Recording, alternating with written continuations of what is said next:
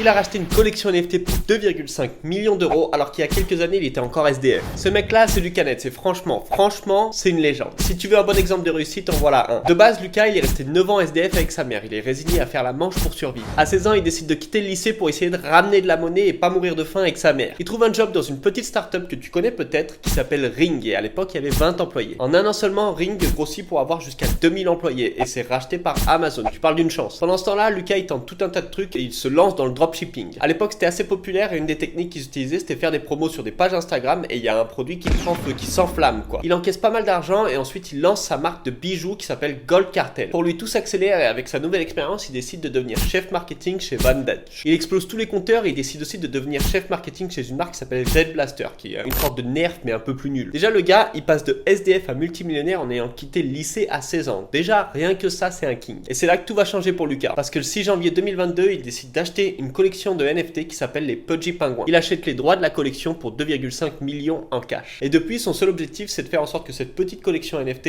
elle soit aussi reconnue que les NFT avec la tête de singe. Il fait une chaîne YouTube, il fait des jouets de collection, il fait des figurines en plastique. Il essaie de faire en sorte que cette collection NFT, ce soit la plus grosse marque de NFT qui existe. Alors, j'ai aucun Pudgy Penguin, j'ai aucun de ces NFT, mais cette histoire et ce gars, c'est suffisamment fabuleux pour être reconnu et pour être mérité d'en parler.